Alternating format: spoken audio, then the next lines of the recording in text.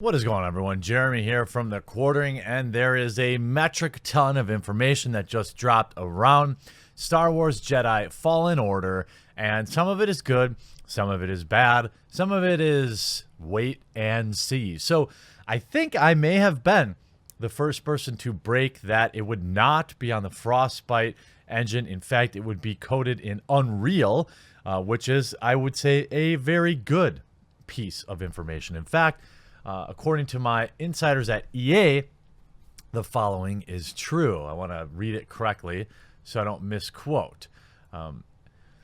Let's see. Got a lot of positive things going for it. There are no components of the game that are being ported over from previous well-known killed effort from the Vancouver studio or the stealth operation in Europe. Respawn has decided they hate the Frostbite engine. Truthfully, all of our studios hate it, and they're building the game using Unreal Engine, whereas those other attempts were built on Frostbite. Just another show of how few Fs they give about what EA wants and how little success the company has had bringing them to heel. Now, I would say as long as Respawn continues to churn out hits, they're going to be fine. And Apex Legends, in a lot of way, was the beginning of the redemption arc for EA, I think.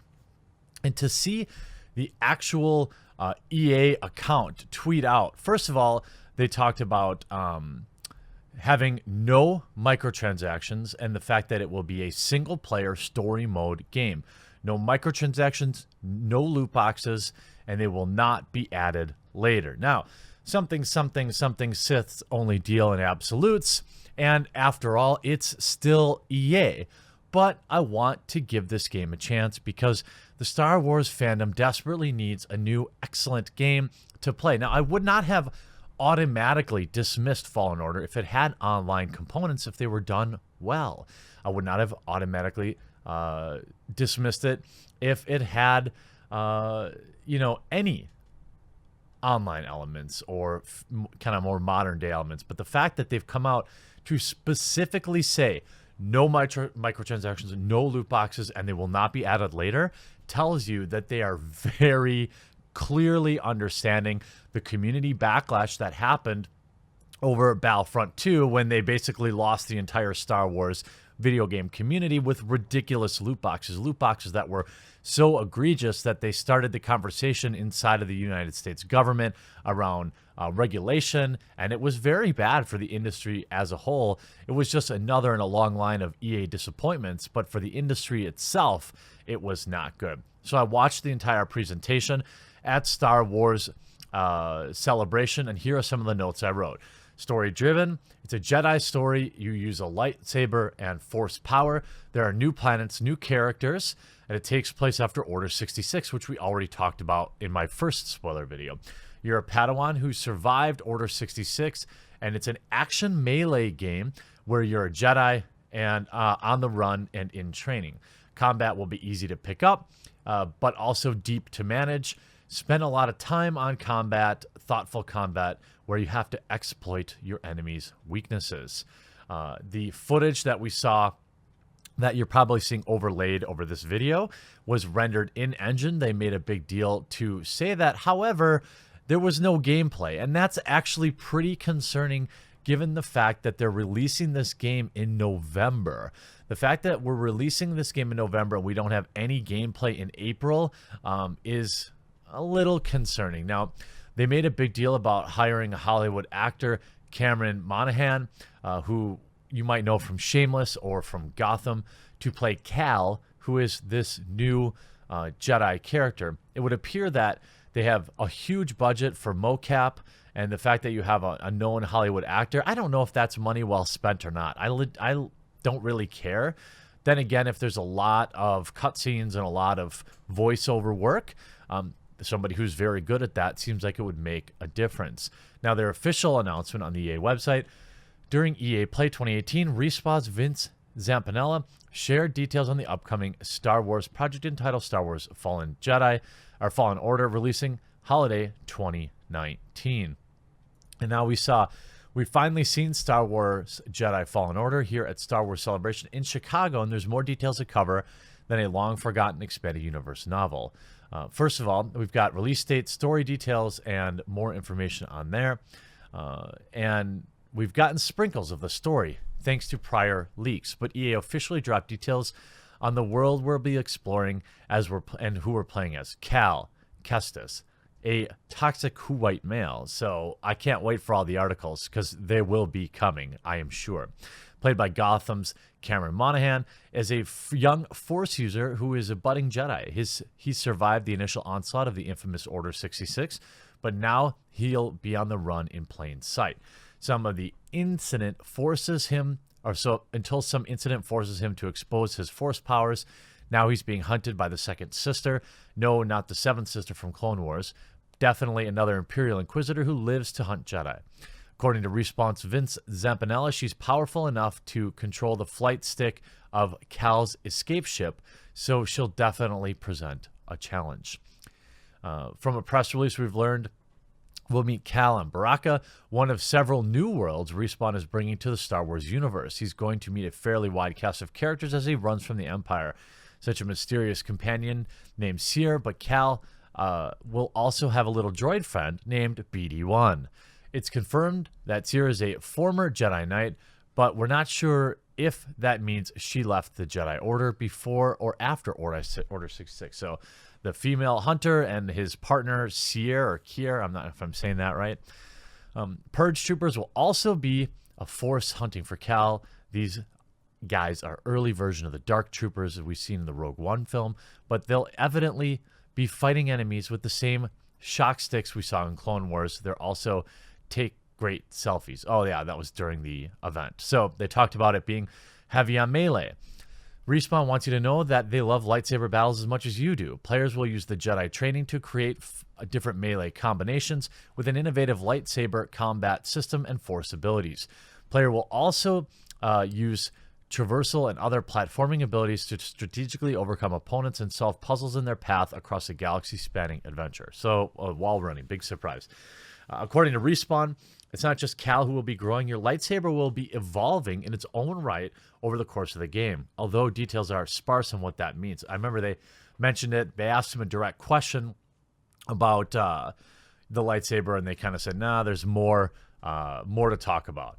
Now, there's been some t-shirt leaks. A Jedi Fallen Order t-shirt went up on Amazon a little early, and it's given us a sneak peek at some of the art, which will feature a teaser poster of Star Wars Celebration this weekend. This is ahead of time, of course. And there's a lot. We saw Blair Brown, who works at Respawn, said, so happy to be working on a single-player story-focused game again. No multiplayer, no microtransactions.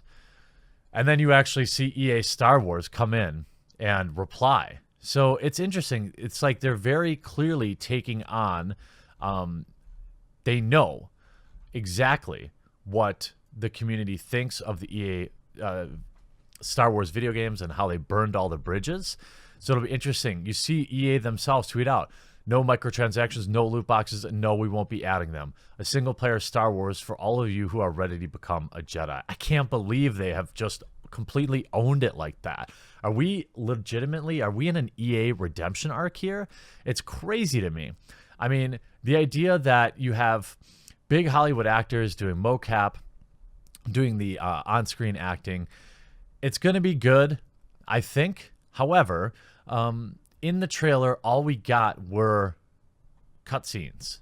We didn't see any actual footage from the event or from the game. So you want to take that type of thing with a grain of salt. You want to take non-gameplay trailers with a grain of salt. And when I look at what you all said, you know, concept sounds cool, and I'm far more invested in a young lone Jedi that's basically a fugitive trying to hide in plain sight post Order 66, but no gameplay isn't a good sign when we're less than a year from release. I don't trust EA. Need gameplay footage. Story sounds good, though. Surprised it's unreal. Thought Frostbite by default. Good.